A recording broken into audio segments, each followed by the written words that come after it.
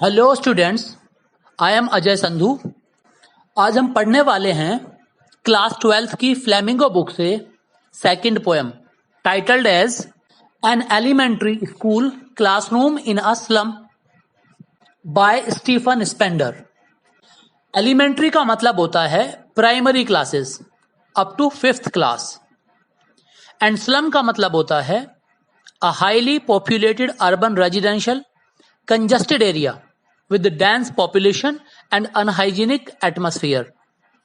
Means ऐसी बस्तियां जहां पर लोग बहुत अधिक मात्रा में थोड़ी सी जगह में रहते हों, जैसे मुंबई में धारावी है और दिल्ली में Seemapuri.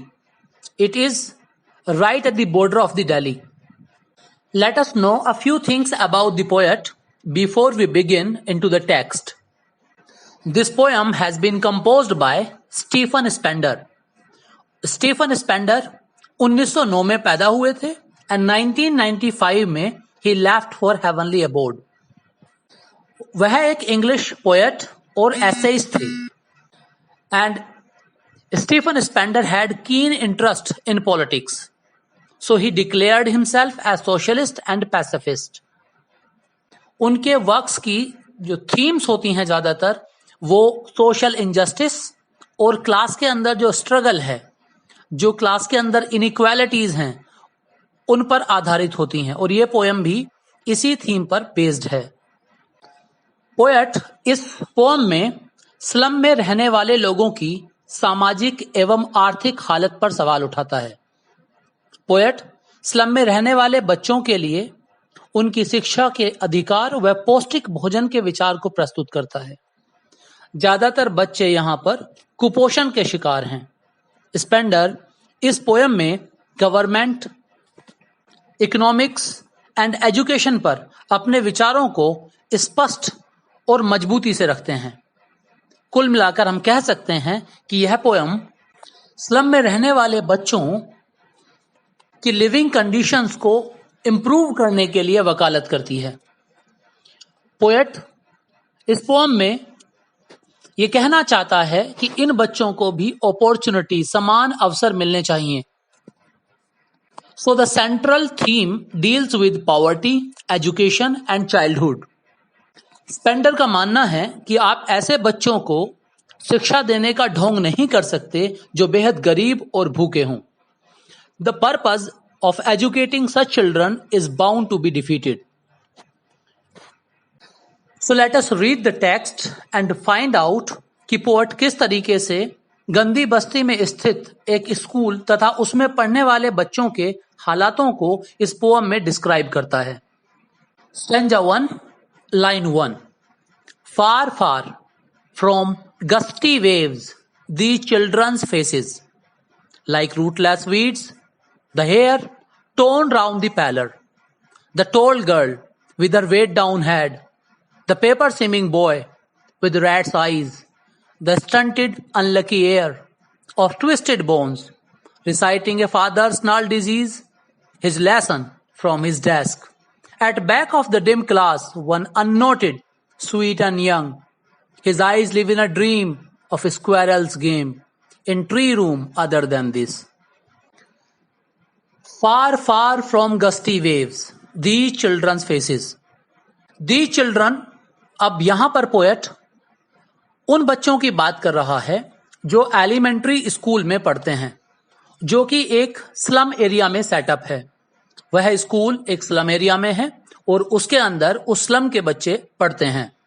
And poet says the faces of the children are far far from gusty waves. इन बच्चों के चेहरे बहुत दूर हैं, बहुत डिस्टेंस पर हैं फ्रॉम गस्टी वेव्स। अब यहां पर जो वर्ड गस्टी वेव्स यूज किया गया है, इसका मतलब होता है स्ट्रॉन्ग विंड्स ऑफ चेंज, परिवर्तन की बयार। मतलब इनके चारों ओर परिवर्तन हो रहा है, लेकिन जहां पर ये बच्चे रहते हैं वहां पर कोई प्रोग्रेस नहीं है, वहां पर कोई तरक्की नहीं है। ये बच्चे प्रोग्रेस से, डेवलपमेंट से बहुत दूर हैं। गस्टी वेव्स यहां पर एनर्जी और स्ट्रेंथ को भी इंडिकेट करते हैं। वेव्स मीन्स लहरें और gusty means strong and forceful, यानी कि जो समुद्र के अंदर बहुत ही मजबूत, बहुत ही स्ट्रॉन्ग लहरें उठती हैं, उनके अंदर बहुत ज्यादा एनर्जी होती है, बहुत ज्यादा फोर्स होता है, बहुत ज्यादा ताकत होती है, और वो ताकत, वो एनर्जी इन बच्चों के चेहरों में दिखाई नहीं देती है। ये बच्चे उस एनर्जी, उस स्ट्रेंथ से बहुत दूर हैं। इन बच्चों के चेहरे पर वो सब दिखाई नहीं देता है। इट मीन्स इनके चेहरे डल हैं, डिसअपॉइंटेड हैं। फार फार को पोएट ने 2 बार इस्तेमाल किया है। इसका मतलब इस बात पर पोएट स्ट्रेस देना चाहता है, उसने रेपिटेशन का प्रयोग किया है। This is a figure of speech, जहां पर एक वर्ड बार बार आता है वहां पर रेपिटेशन फिगर ऑफ स्पीच होती है। तो फार फार मीन्स वेरी फार अवे। किस चीज से? From gusty waves means energy and strength से, चेंज से, जो परिवर्तन आना है, जो डेवलपमेंट आना है, उससे ये बच्चे बहुत दूर हैं। इन बच्चों के चेहरों तक वो एनर्जी, वो फोर्स, वो स्ट्रेंथ नहीं पहुंच पाती है जो ओपन और एंथुजियास्टिक एनवायरनमेंट में मिलनी चाहिए। So in one line we can say the faces of the children are far from the beauty of environment, energy and development. Means their faces are far away from the comfort giving or healing effect of mother nature. इनके चेहरे, जो प्रकृति है, जो nature है, जिससे हमें comfort मिलता है, हीलिंग इफेक्ट होता है हमारे ऊपर, उससे बहुत दूर हैं। इन्हें खुली हवा तक नहीं मिल पाती है, इसीलिए ये मुरझाए हुए हैं, इनके चेहरे डल हैं। Like rootless weeds the hair torn around their pallor. Poet ने इस लाइन में बच्चों की तुलना रूटलेस वीड्स से कर दी है। वीड्स बोलते हैं अनवांटेड ग्रास, एक ऐसी घास जो आप बोते नहीं हैं, वो खुद ब खुद उग आती है, उसे हम अनवांटेड ग्रास कहते हैं, वीड्स कहते हैं। साथ में रूटलेस भी कहा गया है। रूटलेस मीन्स नॉट बिलोंगिंग, जड़ रहित, उखड़ी हुई घास। अगर आप घास को उखाड़ कर जमीन पर रख देते हैं तो वो सूख जाती है, वो खराब हो जाती है। ठीक इसी तरीके से ये वीड्स हैं, वो भी रूटलेस। इट मीन्स ये बच्चे ऐसे दिखाई पड़ते हैं जैसे उखड़ी हुई घास दिखाई पड़ती है, वो सूख जाती है, सूखने के बाद जब वो दिखाई पड़ती है rootless grass, unwanted rootless grass, बिल्कुल ऐसे ही ये बच्चे दिखाई पड़ रहे हैं। इसका मतलब ये है कि इन बच्चों में lack of nutritious food, suffering from malnutrition, जैसा कि मैं बोल रहा था पहले भी कि इन बच्चों में पोषण का अभाव है, पोषक तत्वों का अभाव है, इन्हें न्यूट्रिशियस फूड नहीं मिलता। ये मैल न्यूट्रिशन से सफर कर रहे हैं, कुपोषण के शिकार हैं ये बच्चे सभी के सभी। यहां पर पोएट ने इन बच्चों की तुलना रूटलेस वीड्स से की है, लाइक रूटलेस वीड्स। इसीलिए यहां पर एक फिगर ऑफ स्पीच है, Simli. In a simile, a comparison is made between two different objects which have at least one point in common. तो यहाँ पर तुलना की गई है और like का यूज किया गया है। जहाँ भी like और as का यूज करके तुलना की जाती है वहाँ पर simile होता है। तो यहाँ पर एक फिगर ऑफ स्पीच हमारे सामने आई है, simile. The hair toned round their pallor, और जो उनके बाल हैं, toned round means बिखरे पड़े हैं, their pallor उनके चेहरों के चारों तरफ, pallor means पेल फेसेस, पीले चेहरे, उनके चेहरे भी पीले हो रखे हैं। ऑफ कोर्स, चूंकि वो बहुत ही अनहेल्दी एनवायरनमेंट में जी रहे हैं, उन्हें जो भोजन मिल रहा है, जो एनवायरनमेंट मिल रहा है, दैट इज नॉट सैल्यूब्रस। ऐसी कंडीशन में जो उनके चेहरे हैं वो पीले पड़ गए हैं और उन पीले चेहरों पर उनके बाल बिखरे हुए हैं। Their hair is uncombed. Torn around means uncombed और अनटाइडी, UNTIDY, अनटाइडी मीन्स बिना सबरे हुए, बाल बिना सबरे हुए हैं, अनकोम्ड हैं, बिना भाए हुए हैं, और उनके चेहरों पर बिखरे पड़े हैं वो बाल। और चेहरे कैसे हो रखे हैं? पेल हो रखे हैं, पीले हो रखे हैं। तुलना किससे की गई है? रूटलेस वीड से की गई है। इन लाइंस में पोएट यही कहना चाहता है कि ये बच्चे अनवांटेड दिखाई देते हैं, जैसे कि अनवांटेड वीड्स जो अपने आप उगाते हैं खेतों के अंदर। इनके बाल चारों तरफ बिखरे हुए हैं, उन्हें सही तरीके से कोम नहीं किया गया है, वो बेहद अनटाइडी हैं। बिना सवरे हुए हैं। The tall girl with her weighed down head, the paper seeming boy with red eyes. इस लाइन में पोएट डिस्क्राइब कर रहा है एक लड़की को। अब पोएट ने एक एक बच्चे को डिस्क्राइब करना शुरू कर दिया है जो उस क्लासरूम के अंदर मौजूद हैं। सबसे पहले पोएट जिसे डिस्क्राइब करता है वो एक लड़की है, अ टॉल गर्ल, एक लंबी सी लड़की है। With her weighed down head, जिसका सर वजन से झुका हुआ है। वेट मीन्स वजन, डाउन हेड मीन्स झुका हुआ है। वो जो लड़की उस क्लास के अंदर मौजूद है, उस लड़की का सर वजन से नीचे की ओर झुका हुआ है। ऐसा लगता है कि वो लड़की फिजिकली और इमोशनली एग्जॉस्टेड है, पूरी तरह वो थकी हुई है, भावनात्मक रूप से भी और शारीरिक रूप से भी। शायद वो लड़की बीमार है और she is unable to carry the burden of her life. It means जिंदगी उसके लिए बोझ बन गई है। हमें वेट डाउन हेड पर फोकस करना है। पोएट ने सर को झुकाने के लिए किसी और वर्ड का यूज नहीं किया है। वो बैंड यूज कर सकता था, बाउ यूज कर सकता था, या किसी और वर्ड को भी रिप्लेस कर सकता था वे से, लेकिन वे का मतलब वजन से होता है। पोएट ये दिखाने की कोशिश कर रहा है कि इस लड़की के सर पर किसी तरह का बोझ है। हो सकता है that the girl is burdened by poverty, उस पर गरीबी का बोझ है। Maybe she has some responsibilities of the family, maybe she is ill, लेकिन पोएट ने कोई भी कारण इसके अंदर नहीं दिया है। रीडर्स को आइडिया लगाने के लिए छोड़ दिया है कि किस वजह से उस लड़की का सर झुका हुआ हो सकता है। So we can say in simple terms that the girl is unable to carry the burden of her life.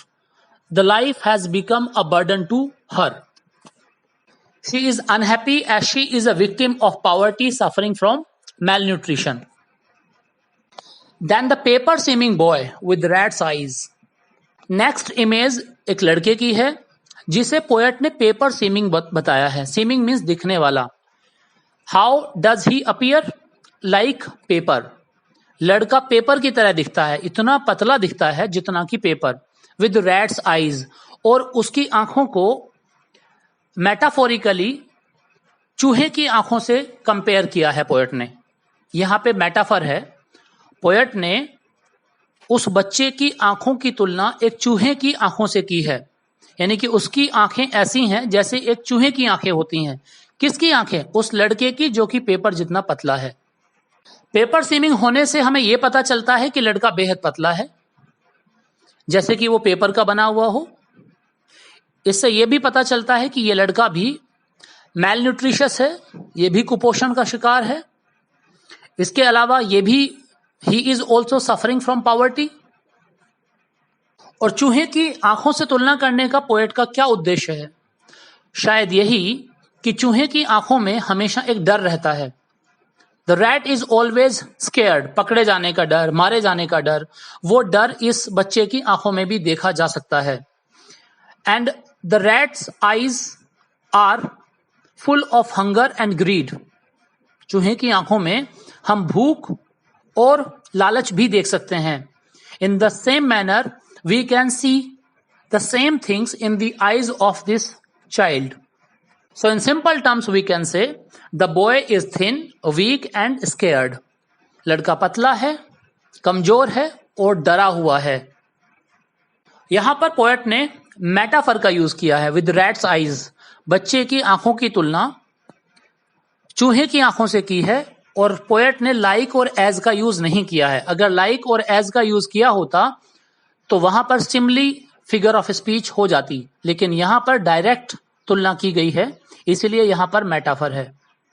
Then the next line, the stunted unlucky heir of twisted bones reciting a father snarl disease his lesson from his desk. The stunted, a poet in lines में एक और लड़के की describe करता है, एक और लड़के को डिस्क्राइब करता है जो कि फिजिकली डिसेबल्ड है, जो शारीरिक रूप से अक्षम्य है। पोएट उस लड़के को स्टंटेड बताता है, द स्टंटेड, साथ में उसे अनलकी एयर भी बोलता है। Of twisted bones.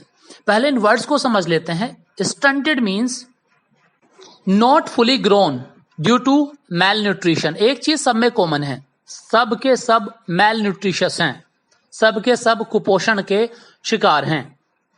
ये बच्चा भी पूरी तरह से अपनी ग्रोथ नहीं पा पाया है क्योंकि ये भी मैल न्यूट्रिशन का शिकार है, विक्टिम है, और उसकी वजह से ये स्टंटेड रह गया। स्टंटेड मीन्स गैंठा, नॉट डेवलप्ड, अंडर डेवलप्ड, सही से डेवलप नहीं हो पाया है। अगर आपसे पूछा जाता है एग्जाम में कि स्टंटेड का मतलब क्या होता है तो आप लिख सकते हैं under developed, not fully grown due to malnutrition. That is what you can offer the explanation if it is asked. Heir बोलते हैं successor. Heir means successor. Successor means उत्तराधिकारी। तो इस लड़के को एक तो पोएट ने गैठा बताया है जिसकी ग्रोथ रुक गई है, दूसरा पोएट ने इसे उत्तराधिकारी बताया है, वो भी अनफॉर्चुनेट, अनलकी, दुर्भाग्यशाली। ये एक दुर्भाग्यशाली उत्तराधिकारी है, ये गैंठा है और दुर्भाग्यशाली उत्तराधिकारी है। किस चीज का उत्तराधिकारी है? उत्तराधिकार में इसे क्या मिला है? ऑफ ट्विस्टेड बोन्स, इसे आड़ी टेढ़ी हड्डियां मिली हैं। It means he has twisted bones which he has received from his father. इसकी जो आड़ी टेढ़ी हड्डियां हैं, इसमें एक बीमारी है, एक कम्युनिकेटिव डिजीज है, पेरेंटल कम्युनिकेटिव डिजीज है। इनफैक्ट ये बीमारी इसके अंदर इसके पेरेंट से आई है, इसके बाप से आई है, इसके पिता से आई है। पहले ये बीमारी जो आड़ी टेढ़ी हड्डियां हैं ये इसके पिताजी को थी और फिर वो पिताजी ने इसे गिफ्ट कर दी, ये लो बेटा, ये हम तुम्हें एक सक्सेसर के रूप में दे रहे हैं, एक उत्तराधिकार के रूप में दे रहे हैं। आप लोगों को या बाकी जो अच्छे घरों से बच्चे आते हैं उन्हें पेरेंट्स की संपत्ति मिलती है, पेरेंट की कमाई मिलती है, लेकिन इस बेचारे बच्चे को पेरेंट की कमाई के रूप में वो बीमारी मिली है और इस डिजीज को कहते हैं नाल डिजीज। इस डिजीज का नाम ट्विस्टेड बोन्स जो बताया है पोएट ने यहाँ पर, उस बीमारी को नाम दिया है नाल डिजीज। हम यहाँ पर आमतौर पे इसे गठिया बाय कहते हैं, जिसमें आपकी हड्डियां आड़ी टेढ़ी होने लगती हैं। So his body has become deformed. उसकी बॉडी जो है वो डिफॉर्म हो गई है उस बीमारी की वजह से, जो कि उसके पिताजी से उसे मिली है। It simply means instead of getting any facility from his father, he has received a disease in heritage. Reciting a father's gnarl disease, his lesson from his desk. और वो बच्चा क्या कर रहा है? वो recite कर रहा है। He is reciting his lesson. वो जो बच्चा है जिसे ये बीमारी मिली है, वो क्लासरूम में अपने डेस्क पर बैठा हुआ अपने लेसन को रिसाइट कर रहा है। और लेसन किस चीज का है? फादर्स नाल डिजीज। अपने लेसन में भी वह उन्हीं बीमारियों के नाम को रिसाइट कर रहा है जो उसके फादर को थी और अब उसको है। उसके लेसन भी उसी बीमारी के ऊपर है। Then at the back of the dim class, one unnoted, sweet and young. His eyes live in a dream of a squirrel's game in tree room other than this. At back means at the last benches of the classroom. जो classroom है उसमें जो सबसे पीछे bench पड़ी हुई हैं उनके ऊपर। कहां पर? Of the dim class. जो क्लास है, जिस क्लास में ये सारे बच्चे बैठे हुए हैं। अब पोएट एक और बच्चे के बारे में हमें बताता है जो कि सबसे पीछे बैठा हुआ है। At back means at the last benches of the classroom. Of the dim class, class कैसी है? डिम है, उसके अंदर प्रॉपर लाइट नहीं है। ना तो लाइट क्लासरूम में है और ना लाइट इन बच्चों के फ्यूचर में है। ये क्लासरूम भी अंधकार से भरा हुआ है और इन बच्चों का फ्यूचर भी अंधकार से भरा हुआ है। There is an apt comparison between the two. ये सवाल आपसे पूछा जा सकता है कि how the class is dim. तो it simply means there is no proper arrangement of light in the classroom, so it is dim. One unnoted sweet and young, उस क्लासरूम में पीछे की बेंचेस पर जो कि डिम है, उसके अंदर एक जिस पर किसी का ध्यान नहीं जा रहा है, जो बच्चा पीछे बैठा हुआ है, बहुत ही प्यारा सा, बहुत ही छोटा सा एक बच्चा है, वो पीछे की बेंचेस पर बैठा हुआ है और वो किसी के ध्यान में नहीं है। वो अनऑब्जर्व्ड है, वो हिडन है, उस पर किसी का ध्यान नहीं है। और वो क्या कर रहा है? His eyes live in a dream, वो पीछे बैठा हुआ आराम से ख्वाबों में खोया हुआ है। ही ड्रीम्स, ही इज ड्रीमिंग। और वो किस चीज का ख्वाब देख रहा है? ऑफ स्क्वेरल्स गेम, बाहर गिलहरियां, उस कमरे के बाहर गिलहरियां खेल रही हैं, स्क्वेरल्स खेल रही हैं, तो उसका ध्यान बस उन गिलहरियों पर लगा हुआ है, उनके खेल पर लगा हुआ है, उन्हें वो खेलते हुए देख रहा है, उनके ख्वाबों में खोया हुआ है। In the tree room, in tree room, tree के अंदर जो होल है, जो ट्री है उसके अंदर जो बिल है, जिसके अंदर बार बार वो गिलहरियां घुस जाती हैं और वहां से बाहर निकलती हैं, वहां पर वो लुका छिपी खेल रही हैं। उस रूम के, उस ट्री के अंदर जो रूम बना हुआ है, उस ट्री के अंदर जो होल बना हुआ है, सारा दिमाग इस बच्चे ने वहां पर लगा रखा है। अदर देन दिस, इस कमरे के बजाय, मतलब यहां पर उसका दिमाग नहीं है बिल्कुल भी। ऐसा लगता है कि बच्चे को जबरदस्ती फोर्सफुल इस क्लासरूम के अंदर बैठा दिया गया है, उसका यहां पर बिल्कुल भी मन नहीं है। He is lost in his own world, world of his own making, उसने खुद की अपनी एक दुनिया बना रखी है, उस दुनिया में वो ख्वाब देख रहा है। He is not mentally present in the class, वो बिल्कुल भी मानसिक रूप से इस क्लास में इस समय प्रेजेंट नहीं है। अभी चूंकि वो बहुत छोटा है इसीलिए स्वीट लग रहा है, यंग लग रहा है, यानी कि उसको देखने से लगता है कि वो फिजिकली थोड़ा फिट है, उसके चेहरे पर थोड़ी सी अभी चमक बाकी है। बाकी क्लास के बच्चों की तरह वो उतना ज्यादा कुपोषण का भी शिकार नहीं है जितना कि बाकी बच्चे हैं। His eyes are bright and full of dream, but he is not paying attention to the class. It seems as if he was rather interested in playing with squirrels in the tree house rather than being interested in the class. Now we will cover the second stanza of this poem in the next video. Thank you.